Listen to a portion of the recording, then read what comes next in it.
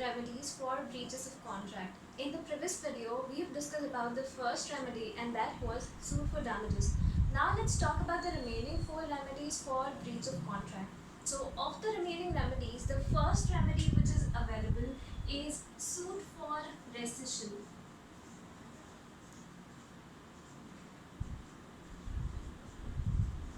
So suit for rescission is nothing but a situation wherein one person is not performing the contract, then the other person, that is the agreed party, automatically gets a right to resign the contract, to cancel the contract. He is automatically absolved from all the obligations which he had in the contract. Now let's say, for example, there is a person A and he has entered into a contract with Mr. B that on say 15th of July, Mr. A is going to deliver 10 bags of wheat to Mr. B. Okay? So there's a contract between Mr. A and Mr. B that on 15th of July, Mr. A is going to deliver 10 bags of wheat to Mr. B, and Mr. B is going to pay say rupees 50,000 for that. ठीक है, ये contract है mister A and mister B के बीच में. Mister A's obligation in this contract is that he has to deliver 10 bags of wheat, and Mr. B's obligation here is that he has to pay the money to Mr. A. Now what happens is, on the appointed date, on the date of performance, Mr. A fails to bring 10 bags of wheat. Mr. A fails to give the delivery of 10 bags of wheat to Mr. B. Now, because Mr. A has here committed a breach of contract, Mr. B is also no longer obligated to perform whatever he had to perform, because the other person himself has breached the contract. So breach of contract also gives the other party a right to resign the contract, a right to cancel the contract which was already going on because of failure of one party. Because the contract is broken by one of the party, the other party is also absolved from their obligation, and Mr. B here can resign the contract, stating that when he has not performed the contract, let's cancel the contract, let's put this contract to an end. So this is the other remedy which is available in case of breach of contract, that is suit for rescission. Moving ahead to the another remedy which is available is suit for quantum merit. So the other remedy which is available is suit for quantum merit. Now the word quantum means quantity, and the actual meaning of this phrase quantum merit is as much as is earned.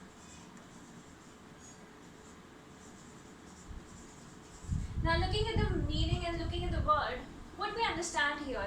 So like they say, suit for quantum merit. So quantum means quantity. So यहाँ पे the quantity of compensation or quantity to be recovered would depend on the amount of work which has been done. Now let's just take an example for this. Say for example, there's a land, and on that land a building was being built. ठीक है, ये land है और इस land पे एक 6-story building बनने वाली थी, और 6-story building was to be built on this land. The contract of construction was given to a person, Mr. C. So Mr. C is the contractor who is taking care of the construction of the building, and this land belongs to Mr. Y. Okay, so Mr. Y is the person who owns the land, and Mr. C is the person who is taking care of the construction of the building. Now this is going to be a 6-story building, and let's say to keep the calculation simple, let's take the cost of construction rupees 60 lakhs. I know 60 lakh में कहीं construction नहीं होता है, but still this is only for the ease of calculation. So now what happens is, Mr. C, he starts constructing the building. He's constructed the first floor, he has constructed the second floor. First floor हो गया, second floor हो गया. He has also constructed the third floor. But when he was about to start the construction of the fourth floor, he gets an order. He gets an order from the authorities in that area, stating that ये जो land है, इस land पे आप construction नहीं कर सकते हो. The construction which you are doing is not is not legal, you cannot do construction over here. So what happens here is, now because Mr. C has received an order like this, Mr. C can no longer continue with the construction because government authorities se order require that they cannot construct further the construction that they are doing. This land is not feasible for construction and XYZ things. But Mr. C says that I've already constructed three floors. So I should be paid for these 3 floors. So if we just take the proportionate amount, so it would be 30 lakhs.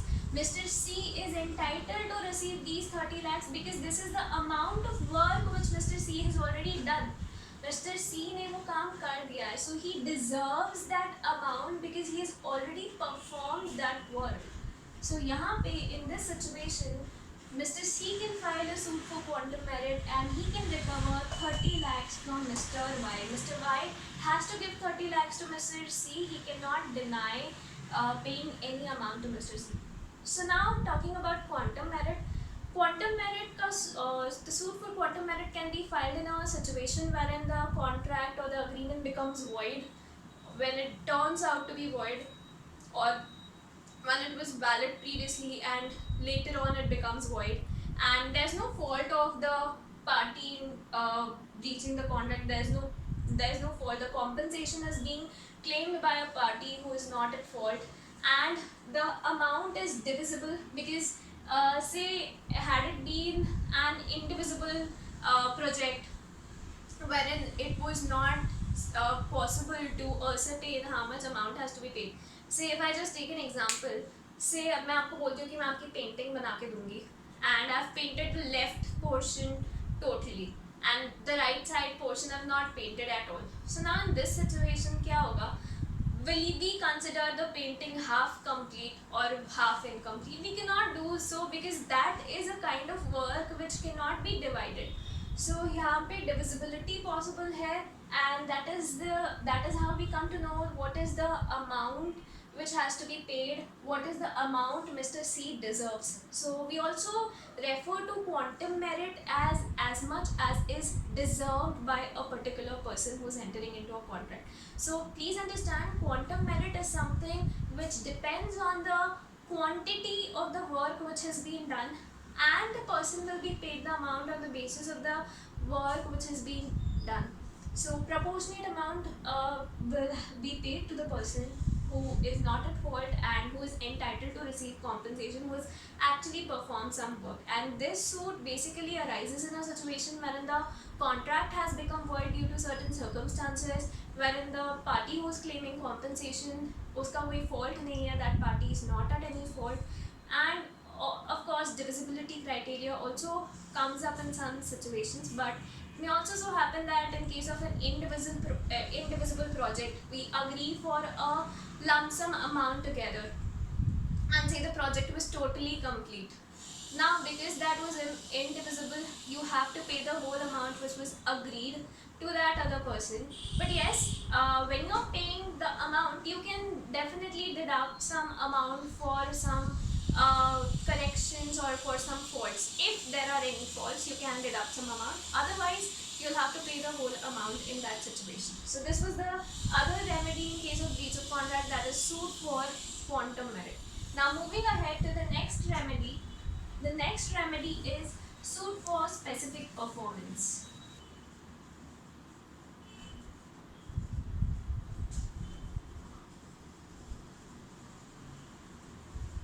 Now, this is a situation, suit for specific performance arises in a situation wherein the damages which are being paid, they are not an adequate remedy. Now, what do I mean when I say that? I mean when I say that damages are not not an adequate remedy. It could be basically a situation, say for example, there's a person who is promised to bring an antique piece to you've contracted with him that he will come and deliver that antique piece from ages old antique piece जो बहुत rare है वो आपके लिए लाएगा और वो आपको sell करेगा. But now later on that person refuses to sell that antique piece to you. So here this is a situation wherein even if that person is paying you compensation, that wouldn't be sufficient, or rather that wouldn't be an adequate remedy which you would get. So in some situations, a party to the contract who is suffering because of the breach of contract can demand specific performance from the other party कि नहीं, whatever was actually agreed upon between us in the contract, that is something which you have to perform now as well, because damages are not satisfactory, or rather damages are not adequate for whatever loss I have to incur, or damages would not be an adequate compensation. अगर मैं एक simple से example लूँ इस चीज़ के लिए, say for example your parents have promised to give something to you, get a gift for you, and they bring something else. अभी से उन्होंने आपसे प्रॉमिस किया था कि आपके लिए एक बाइक लाएंगे, अभी बाइक की जगह उन्होंने आपके लिए एक cycle lie. Will you be satisfied with it? But obvious no. आप क्या करोगे? You will accept that cycle. Okay fine, आप लाए हो इतने प्यार से तो हम लोग रख लेते हैं. But after that you will also demand the bike which they already promised to get for you, right? So similarly वहाँ पे what you're doing, you're asking them to specifically perform whatever they had promised. So similarly here as well, suit for specific performance may be filed in certain situations. So this is also a remedy which is available in case of breach of contract. Moving ahead to the last remedy which is there available in case of breach of contract, the last remedy is suit for injunction.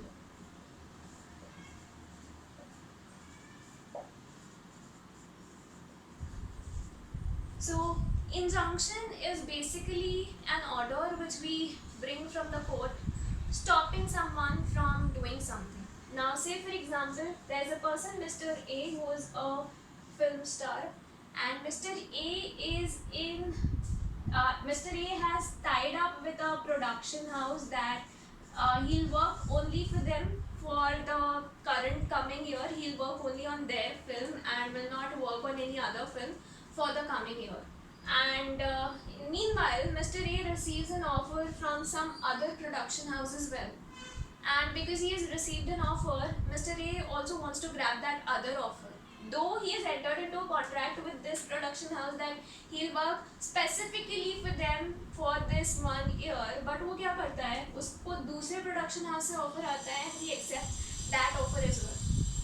So here authorities of the previous production house, they come to know about this and they bring injunction orders wherein they'll restrain Mr. A from doing the other work. He can do that only once he finishes their work. So suit for injunction is basically a situation wherein you can stop someone from doing something which he has promised he'll not do. तो यहाँ पे इन्हें promise किया था that he'll not work for any other production house, but he did. So this previous production house has this right to bring an injunction order from the court and restrain Mr. A from doing the other work. So these are all the remedies which are available in case of breach of contract. And apart from this, we've seen suit for damages in the previous video, wherein we have discussed about several types of damages. And apart from suit for damages, we have all these remedies which are available in case there's a breach of contract which is happening. So with this, we've also completed one chapter of breach of contract. I hope you've understood all the remedies for breach of contract. Thank you. Keep studying and keep revising.